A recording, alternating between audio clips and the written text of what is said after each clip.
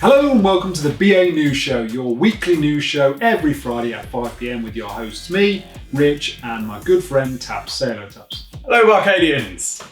Lots to get through this week. As always, hopefully we can be a bit more sprightly on the time length than we were last week. It got out of hand.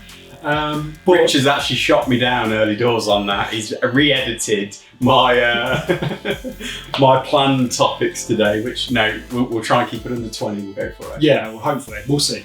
Anyway, before we get into that, Tabs, tell us everyone what you've been playing this week.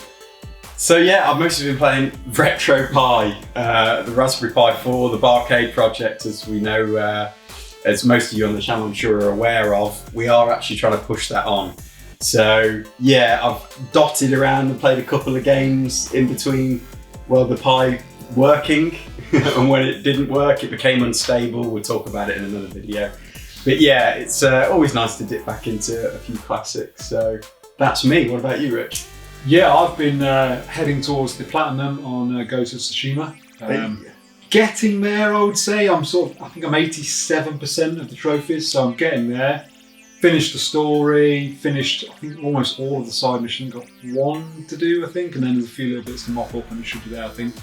But yeah, I've thoroughly enjoyed the game. Some bits are very samey, but I've not felt too bored by the fact I'm doing lots of similar things. There's enough variety there, isn't there, to keep you going.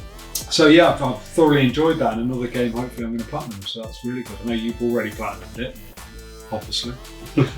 My 12-hour-a-day sessions, apparently. Absolutely. Right, let's do the news. So, first up this week, Microsoft's dev supergroup. So Microsoft's all-new quadruple A studio is working on a new Perfect Dark game, which is really good because we're hoping this was in the works. Spoke about this a number of times, haven't we, that we hope this will be in the mix. Yeah, it was good to see a big franchise like that come back, if they do it properly. Obviously. Yeah. And this is according to journalist Jeff Grubb, reporting the scoop in the most 2020 way by comments on a Twitch chat window. Grubb claims the Xbox latest first-party studio, The Initiative, is hard at work creating a third-person title set in the same universe as the beloved N64 shooter. Interesting, we haven't seen a Perfect Dark game since the 64. Yeah, it did get re-released on the Xbox, I think. Okay. They brought it back. I didn't play it though. I didn't play the original. Really? Okay. I think you needed an expansion pack for it, and I don't think I had an expansion pack. So yeah. But anyway, if this is true, this upcoming out will almost certainly be on this Xbox Series X, and I'm guessing, given the fact we're only just hearing about this now, it's a few years away. And it will be the first new entry in Rare's beloved first-person shooter franchise since 2005's middling Perfect Dark Zero on Xbox 360. Grubb's comments followed the discussion of a recent tweet by Xbox head Phil Spencer, who described the initiative as challenging themselves to do new things and old things in new ways. And the initiative is comprised of, to be honest, quite a hard-hitting dev team. You've got people definitely a supergroup from franchises like Apex Legends, Tomb Raider, Gears of War, Doom 2016, and Uncharted. So massive people who've served their time in the industry. So good things you would expect from this. Yeah, that story courtesy of Games Radar, by the way, we should credit. But yeah, I think, again, we need to see something, a show of, initiative from Microsoft. I like it. Because, well, we've seen with Halo, we've seen with the rest of their pipeline, we've talked about it in recent news shows. Their approach to software development is just lackluster, to say the least. Not even on the same, not even in the same realm as PlayStation Studios. So yes, good show of intent. I mean, this is, I would presume, going to be at least a couple of years away, if it's just kind of kicking into life. But with that kind of talent on board, I mean, surely it's going to be a great game. Yeah. The only thing you say about supergroups is when you bring all these very talented people in, egos can sometimes clash. Yeah. So there's no guarantees, but I would love to see Perfect Dark. It will be interesting to see who they put as, say, creative director on this game to sort of keep everyone's ego in check and keep them on the straight and narrow. So it'll be really interesting to see who's named there. It's great. Yeah, and I think you'd hope that Microsoft had learnt their lessons from previous, Halo Infinite, as we'll mention again. We'll mention again in the everything else later on. But yeah, good stuff. Go for it, Microsoft. Absolutely. Go for it, the initiative. Let's see a great Perfect Dark. Maybe sort of a spiritual successor to GoldenEye as well. Oh, absolutely. We'd love to see something from. Anyway, take us on with the next news item, Tabs. So, Switch Pro, Nintendo news. Apparently, this has all been broken, I think, by Bloomberg, which says a lot about the credence of the rumour, and we've seen it emerge throughout the week in different news publications. But Nintendo are planning to release an upgraded model of the Switch next year, coupled with a lineup of new games. Some kind of detail as well in this Bloomberg article that Nintendo has actually looked into including more computing power and 4K high definition graphics, which is a surprise to me. I'm still not. I know what I want, but I think Nintendo are going to under-deliver. Just so we're clear, Barcadians, Tabs wants the moon on a silver platter when it comes to for the Pro Switch. Well, yeah, I think that's the thing though. I need to set my expectations. This is not Switch 2, this is the Switch Pro. Yeah. Uh-huh. So we're going to get some sort of an upgrade, seemingly, which makes commercial sense for Nintendo. They've got to compete with next generation. They've also got to keep, their pipeline fresh. And I can see why this makes sense. People are going to go out and buy new consoles. We want to see something new from Nintendo. They've got a great install base already. And what a brilliant way of catching a whole new install base in some ways, or at least getting more sales from those who have the older models. So yeah, shall I share what I want to see from this? Yeah, go on then, and then you can tell us what you think we're likely to see. Yeah, okay, yeah. So what I would like is DLSS, which is a technology used to basically, using about a quarter of the processing power, you can achieve much better resolutions. So let's say that the next Switch can kick out 1080p. Well, with DLSS, it can then basically make it look like a 4K game. So I'd love to see that. I'd love to see double the RAM. I would love to see an OLED screen. I would like to see. I'm happy with 720p as long as you see OLED and HDR with the screen. I'd like to see an SSD. What else would I like to see? I'm sure there's something else in there. Oh, better battery life goes without saying, and of course a big bump on the Tegra X1. So I'm thinking it does about 1 teraflops it's rated at now, although I think it's downclocked on the Switch, but I would say let's punch for about 2 teraflops. And all I'm saying, Barcadians, is that will just keep it so much more relevant. Developers, third-party developers, will be so keen to, it's already very popular, they'll be porting like crazy, and that will give it a bit of breathing room with next gen to even see perhaps some of the next gen games being ported if it could hit those specs. I know I'm in dreamland though. Rich, tell me why. Firstly, the biggest problem with what the last thing you said there is how they're going to port games that run on a 10 teraflop machine to something that, as you want, runs 2 teraflops. Well, I'm probably talking nonsense there, but we could see, especially with the Xbox, who are trying to straddle all of their consoles, Xbox One, as we've just discussed, we could see those sorts of games just be stretched onto a Switch Pro under those specifications. But I think the biggest problem with Tabs' spec is that's 1,500 quid for me. Well, we'll see what the next gen consoles are doing with price. I think that would be doable for 500 quid. If they're putting an OLED in there and double the RAM, and you want an SSD, and you want to, I just think that's a 1,500 quid console all day long.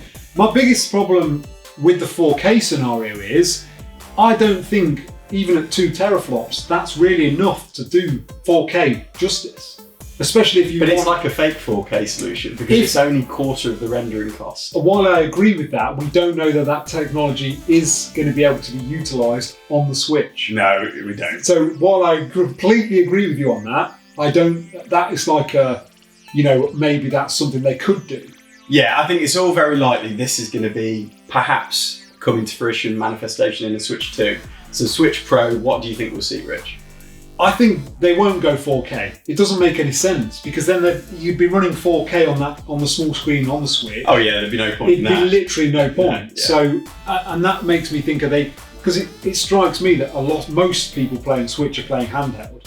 When I played Zelda, I played a lot of that handheld.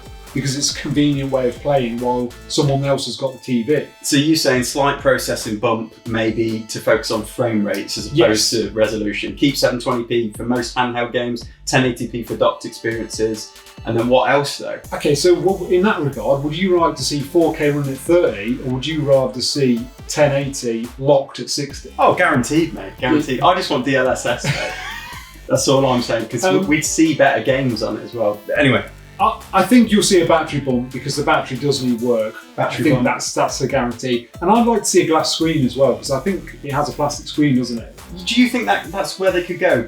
Almost focus more on aesthetics, make it seem more premium? Yeah, I think there'll be. I mean, the glass screen would be obviously a good jump, just because it gives it more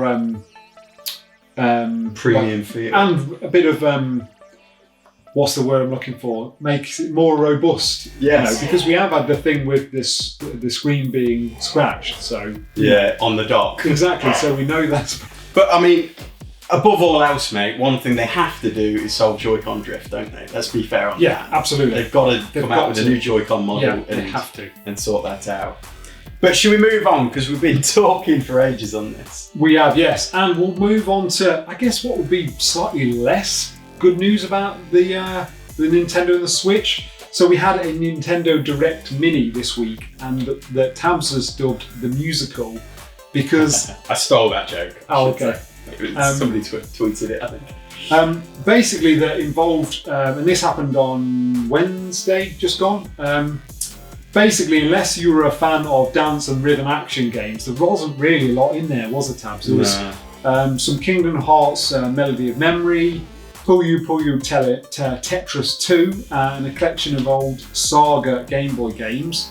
But yeah, not a lot to get our teeth into, which was a bit of a shame. And actually, we've spoke whether they should be rebranding this not as a Nintendo Direct Mini, because there was so little content here that would maybe appeal to the wider people. I think so. There was rumours heavily for this Friday that there was going to be a direct drop.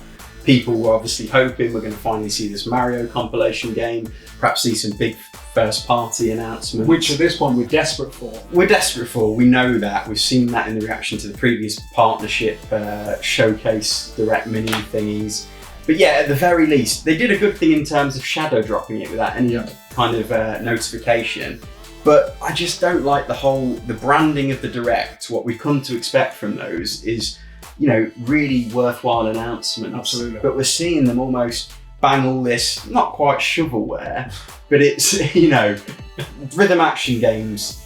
I don't know, maybe they're more popular than I think, but they feel a bit fringe to me in terms of the mainstream popularity of most game types that we love to see. So yeah, for me, they should rebrand entirely these sorts of direct minis into something completely different, so we know from the get-go they're not, we're not expecting anything big. And at the same time, just come out and tell us, right guys, we're looking to aim for a really big direct with first-party content in November. So we know then where our sights are set, and we don't need to keep hyping ourselves up to keep getting disappointed again.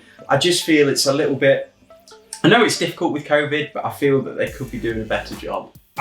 Ultimately, for me, it seems, again, a misread of the room by Nintendo. They've put out something that certainly I follow a lot of gaming things, and I don't follow anyone who this is what they were looking to see from Nintendo. They've almost got as many dislikes on the video as likes. Wow, that says all you need to know about it. But that is a prime example of they're not reading the room, they're not reading the people that they're aiming their games towards, are they? So yeah, more work to be done there, but hopefully, the thing is, if Nintendo drop a proper full-on direct next week with lots of shock and awe moments, we'll forget everything. Yeah, it's not going to matter, is it? We could still get something on Friday, who knows, tomorrow for us, or today when you watch the video.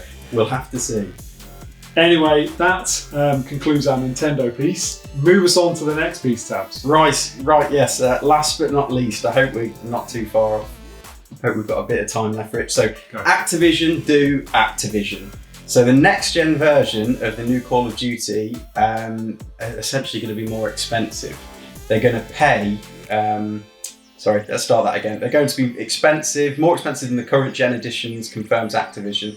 Next gen versions of Call of Duty Black Ops Cold War seem destined to cost probably in the UK $64.99, I think $70 in the US. Also, there's going to be a PlayStation 4 Standard Edition priced at $59.99, the cross-gen bundle at $64.99, we think, and the Ultimate Edition at $89.99. So yeah, we've seen mixed responses across the industry at, companies' approach to next-gen games, if we're going to see a price hike. But certainly it sounds like Activision, as we could probably have predicted, are not going to be the more generous, fall on the more generous side of the fence. I think they've also said as well that they're not going to offer a free upgrade from a current gen version to a next gen edition, although it's expected you'll be able to pay for an upgrade separately at a later date. So, which is an interesting one because Microsoft... Thanks to Metro, by the way, sorry for that story. Microsoft have positioned themselves where all games bought for the Xbox One will be free upgrade to the Xbox Series X. That's what they've positioned themselves at. Seemingly, yeah. So I'm not sure whether it will come out that they meant first-party titles rather than third-party titles, but I'm not sure how they're going to get around that with the fact you're going to have to pay for an upgrade in this regard. So that's an interesting one. But I know you've been quite impressed by this game, haven't you, Tab? So tell us about that. Yeah, reasonably so. I think at the very least it looks pretty good. Just to give you a quick blurb from The Verge, Hollywood-style single-player campaign reminiscent of last year's Modern Warfare reboot. There's always going to be series signature multiplayer modes, redesigned tweaked to give Treyarch and Raven room to build on what Infinity Ward created, alongside a revived zombies mode.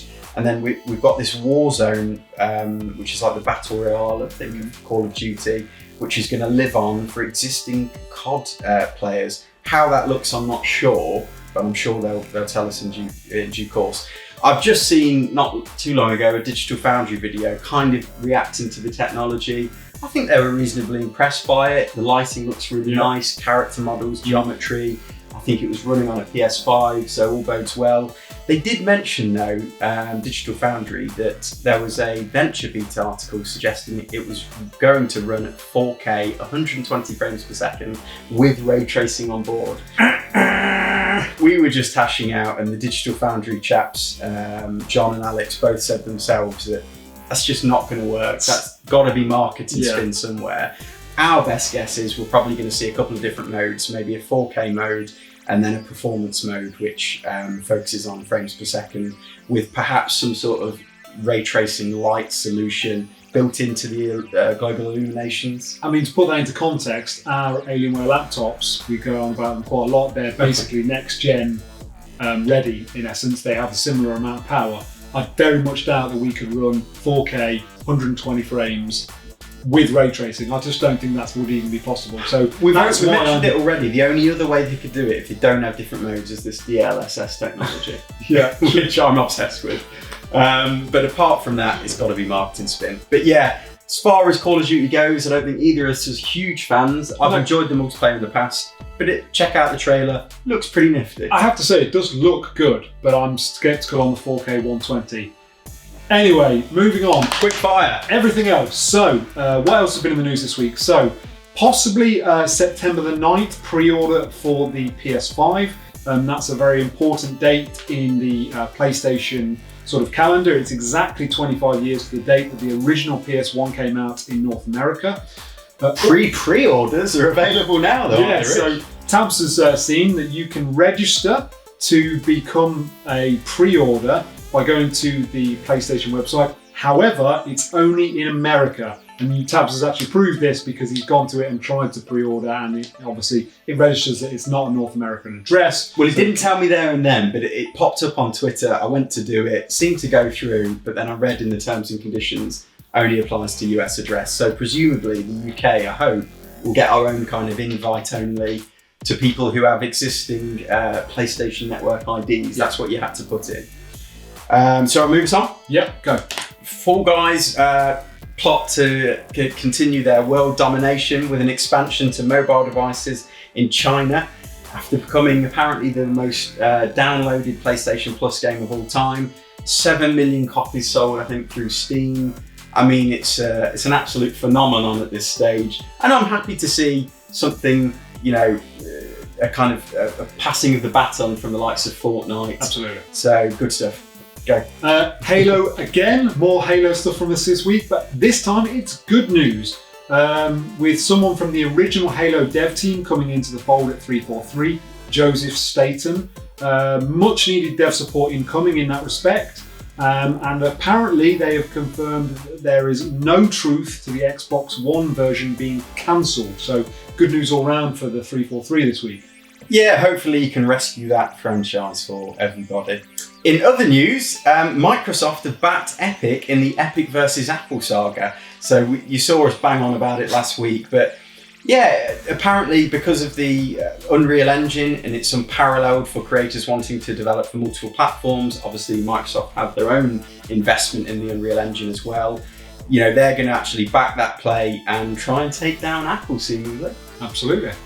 Moving on, 2 new Batman games were debuted this week, I think early part of this week. One called Arkham Knights. Gotham Knights. Gotham Knights, I do apologise, which looks like basically the Batman version of the Avengers game that's coming out. Not too far away, yeah. I have to say it looks slightly better than the Avengers game, which we know is looking a bit ropey. But I am more interested in the Suicide Squad, which was also debuted at the same time. We only saw a cinematic trailer from this, but it is being developed by the same studio that developed Arkham Asylum, City and Night, which is Rocksteady, so I do expect good things on that one. And then finally, Ghost of Tsushima sold 1.9 million digital units in July to become the fastest selling new PlayStation IP. Boom! We're big fans, fantastic. Rich, what are we on for time? Did we make it? We did, 22. Oh! Yeah, but there's some edits in there. Okay, finish us off, wrap us up. So, we hope you've enjoyed the news. If you did and you want to get in contact with us, chat about all the stories, get down there in the comments. If you're new here, get subscribed. We hope you've enjoyed it, and if you have, drop a like. And I think that's all we've got time for this week. Another one for the archive. Stamped and completed.